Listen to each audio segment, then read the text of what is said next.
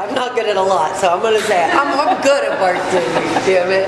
But I remember the first shift I met you was the one that you were taking care of the bar, and Leanne was just kind of hanging out. I think that was the first time I met you, and I remember because I took over even the first training shift. I was like, well, okay, well, I see this needs to be done. Right. I'm not gonna I know what needs to be done. I'm not gonna, take the initiative. Go get more beer. We need beer. We need ice.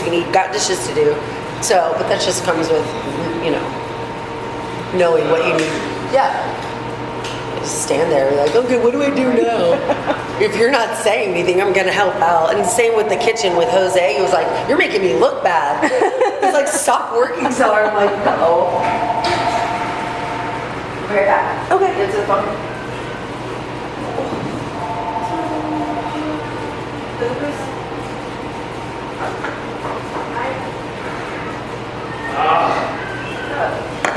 What's wrong?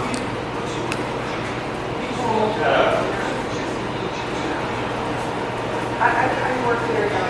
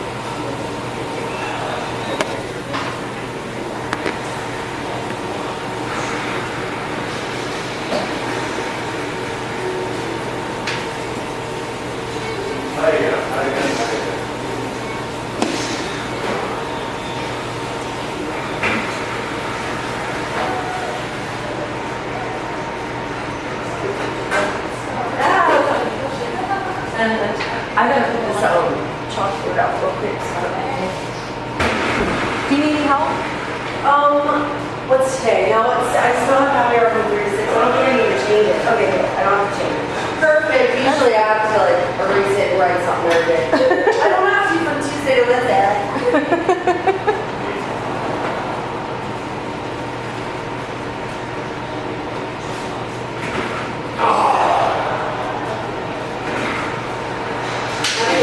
Weird hair day. You're having a weird day? Oh, hair day. Hair day. I'm having a weird hair day. I'm having a weird, it's just, I just recently realized that I have curlier hair than I thought. than you thought? It changes. Well, Your hair changes. I've never. It's always been kind of like wavy. My hair was always wavy growing up. It didn't get curly like this till I was like 10, 12. Probably like 12 years old. It was wavy. And then it got curly, real curly. It changes every 7 years, your hair supposedly changes. That's what I've heard from, I don't know. But it does.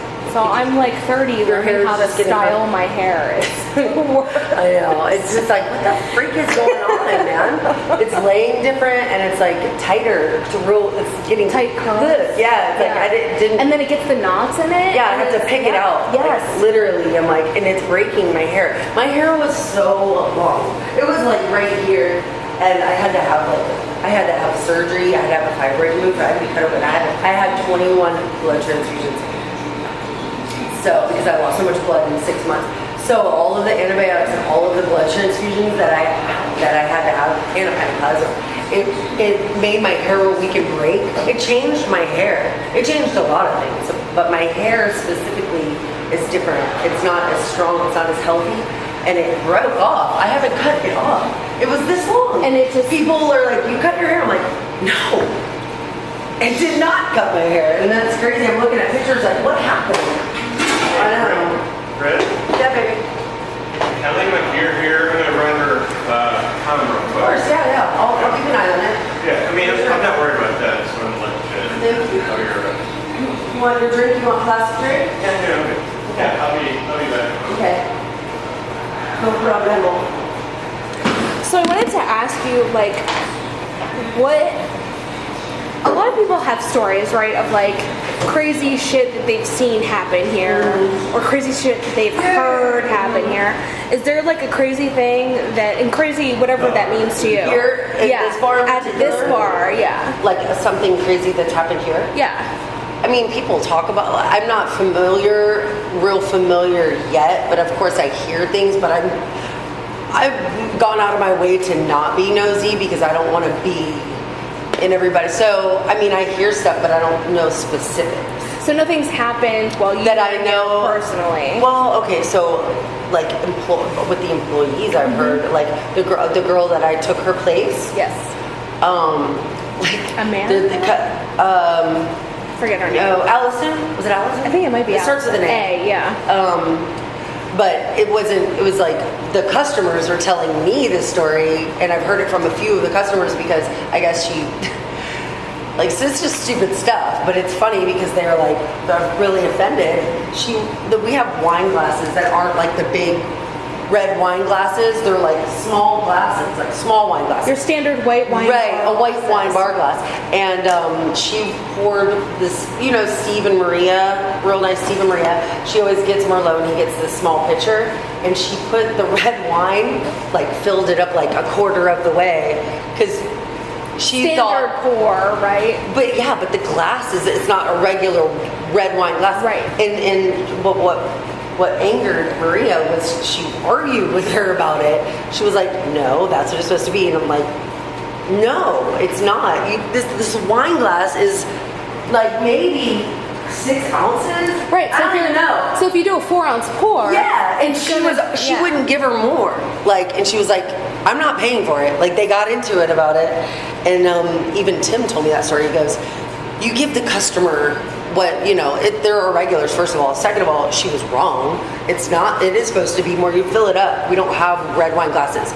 So you were wrong, and you don't argue with the customer. Just give them, it's not that big of a deal, but they were going back and forth. I don't know if that's why she got fired, but it's just silly little stories like that I've... So it's like the small rules, right? Because you're like, it's such a little thing in the grand scheme of things. It seems stupid, right? Yeah. But it's like one of those rules. It's the bar. It's the bar. in the bar, yeah. Yeah. Mm-hmm. And plus it's red wine, right? So how long does it really stay drinkable? Yeah. Well, after it's opened. You're right. It doesn't stay good for our champagne.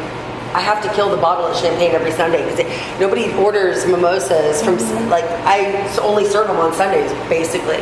So if I don't finish that bottle, the champagne is flat by the time. But the red wine we do have to sell quite a bit of it though. It doesn't get skunky, vinegary, exactly.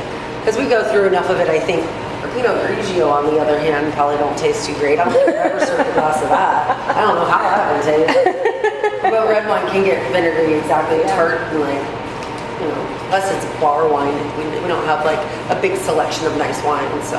Or probably like if you have like the special, the stoppers or whatever, True. the airtight, whatever. Yeah. Fancy schmancy And stuff. that's another thing with the champagne. You can't recork it. You can't. I mean, they do have the little screw on top, but it doesn't help. The champagne's no good. So when you don't finish a bottle, right, or like when people stop, because there's a time of day on a Sunday, right, where nobody else is going to order. Right. How are you going to know how much champagne you're going to... Yeah. Exactly. Yeah. Well, I might have a glass after work. I might have a mimosa, or I'll just be like hooking people up. Either that, or I'll try and sell it like throughout the week, so I don't have to wait a whole week.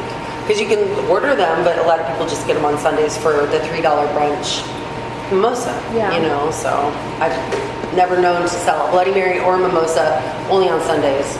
So it's one of the things you kind of have to keep on top of as far as the quality, because it won't be good. That and like the fruit, you got to cut every day. You just stuff that, you know, rotate all the beers. Everything has its thing. So we were talking earlier about how like you like this bar because it's like a family, right? Right. And there are other bars that have that same sense. Oh yeah. But Yeah. like what, at least in my experience, like even if bars are similar and that they have that family like kind of feel, like different bars have different things that make them unique. Right. So like, are there some things that you kind of noticed or that you feel like they make Caboose? Totally. Like, I love the fact that we have Shake-A-Day, like with the dice. You don't see that very often. Can you explain what Shake-A-Day is? Yeah, you have a cup, like there's a cup and it has 5 dice in it. And you can, any customer, like the bartenders can't play while they're working, but a customer, you give them $1, they give you $1, and you get to roll the dice 2 times. And if you get, I think a full house would be three and 2 of a kind, you get an extra roll. So you get 2 rolls per dollar, and you only could do $1 or 2 rolls per shift per bartender. So basically 1 during the day and 1 at night. Okay. That's just one of the rules. But you roll a full house, 3 and 2, you get an extra roll. If you get 4 of a kind, you get an extra roll and a free drink. If you get 5 of a kind, you get the whole pot. So it's all everybody's dollars. I think we're up to like $160. Yeah. But it's one of the little unique things about the bar that's like makes it. Sometimes I'll come every 3 months. Yeah. Sometimes I'll come 3 days in a row. Yeah, and a lot of people don't even know about it. It's if I'm in the hospital because I have epilepsy or whatever, shit happens. Yeah. But you always come back. But it gives it character, you know, and people literally, they come here, some people always do it, and it almost makes you think, maybe they come in here just to roll the dice, and it's like, it kind of draws people in, because it's quirky and it's fun.